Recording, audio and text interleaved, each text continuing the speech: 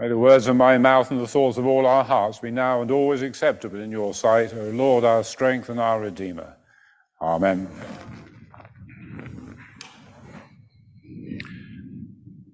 I should have said thank you for your welcome. It's good to be back here again. Very familiar, many familiar faces here and a few new ones I haven't met yet. Hope we'll have the opportunity to say hello after the service. In the reading from the Gospel, Jesus sends out his 12 apostles on a mission. He pulls no punches about the likely strength of opposition that they will meet. Jesus talks about a whole menagerie. I am sending you out like sheep among wolves, so be cunning as serpents and as harmless as doves. A very potent picture for a group of his disciples, many of whom would have been reliant on the land for their livelihood. They would know the consequences of wolves and other wild animals attacking their sheep. Being a follower of Jesus was not going to be a comfortable journey for them. A psychiatrist who lectured a class of social work students on personality disorders said, "Some of the people you are likely to meet in the course of your work may be compared to tanks. You will find it hard to get through to them, either because of their thickness of their emotional armor or because of the guns of rage and resentment with which they will keep you at bay. As for you, your role is more like that of a bicycle. You must not be unduly aggressive or over-defensive. It is a difficult balancing act, but you are to be as harmless as bicycles." The contrast between the aggressive nature of a tank and the relatively peaceful nature of a bike, except perhaps on Sundays around Box Hill, creates an image similar to the contrast between sheep and wolves or serpents and doves. The idea of confronting the world in a spirit of innocence and simplicity, claiming no rights and having no private defenses, cuts across the conventions and assumptions of our time. This is nothing new. We hear in today's gospel how Jesus commissioned those he sent out into an arrogantly pagan world. They were to be as harmonious as those archetypal symbols of non-aggression, doves, and as vulnerable as frightened sheep.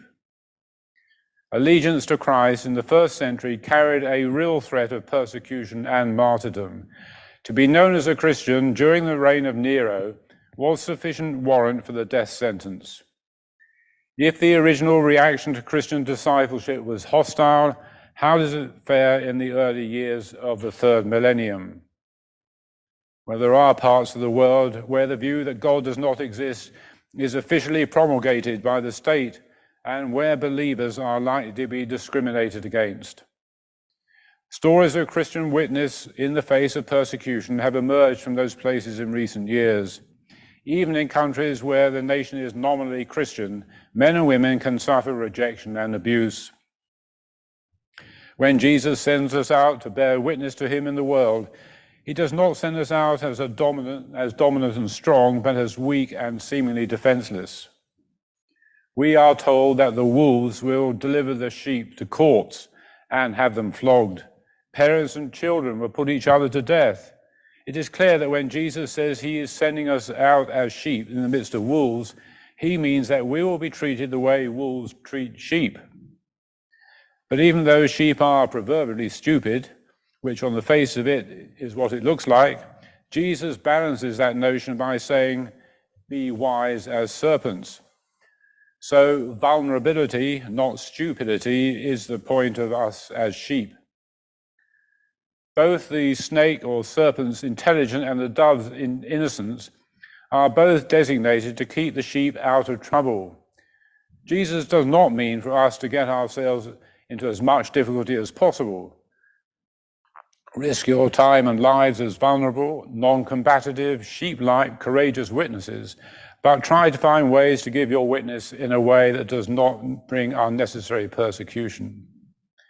This brings us to the dilemma that has faced many faithful witnesses. When do you flee from danger? And when do you embrace it and witness through it?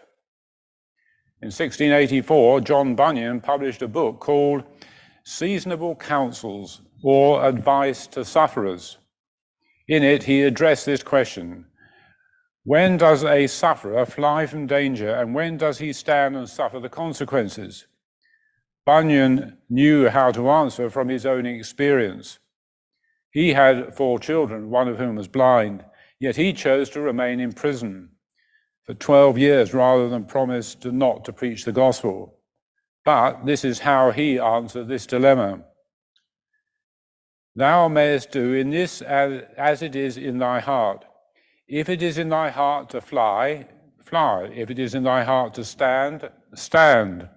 Anything but a denial of the truth. He that flies has warrant to do so. He that stands has warrant to do so.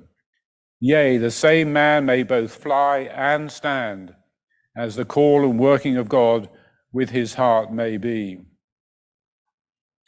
A Christian commitment to live vulnerably, claiming no privilege or protection, and possessing no worldly power is often mocked.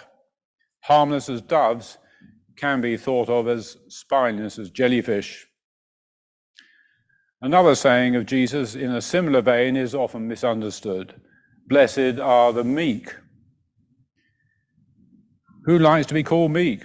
It suggests weakness or being wimpish, but that's not what it means. In a Christmas poster campaign a few years ago, there was a figure depicting Jesus looking like Che Guevara. The strap line was, "Jesus, meek and mild, if only." The Greek word for meek used in the Bible is the same word used to describe a wild stallion that has been trained to be ridden. It means power under control, strength with direction. Being meek means being harnessed for action.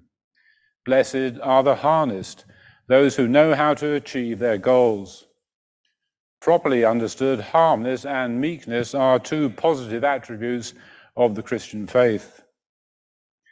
We have to face the fact that the image of irrelevancy or escapism, which the church has acquired in some quarters, is partly deserved.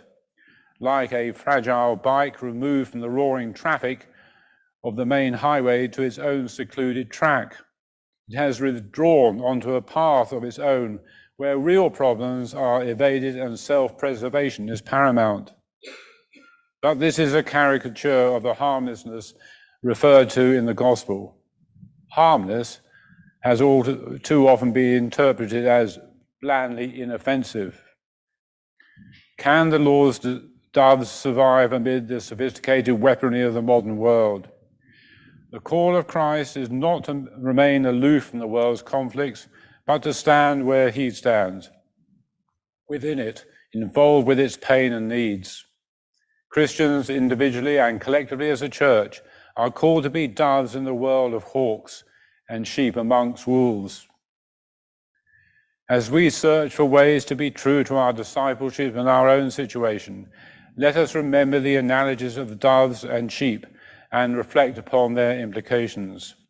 Firstly, those who profess and call themselves Christians should be constantly wary of power and its ability to corrupt. Those who do have power, Christian or not, need to be reminded that they are called to be people's servants, not their master. Secondly, Christians, like doves, are not to be domineering or offensive, but neither are they to be weak or foolish. Our business is to be peacemakers at the focus of conflict, absorbing its rage and resentment, but never passing it on. A charity that I have been a long association with is called CHIPS.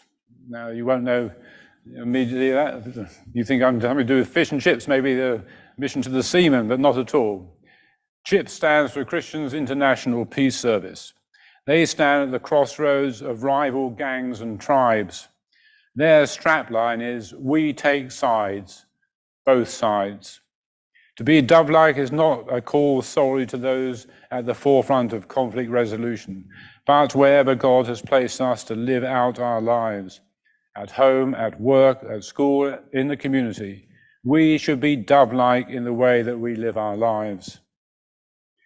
How do we make a difference in the position of influence God has given us? Make sure that the people around you know that most of all, You care for them and love them just like Jesus does.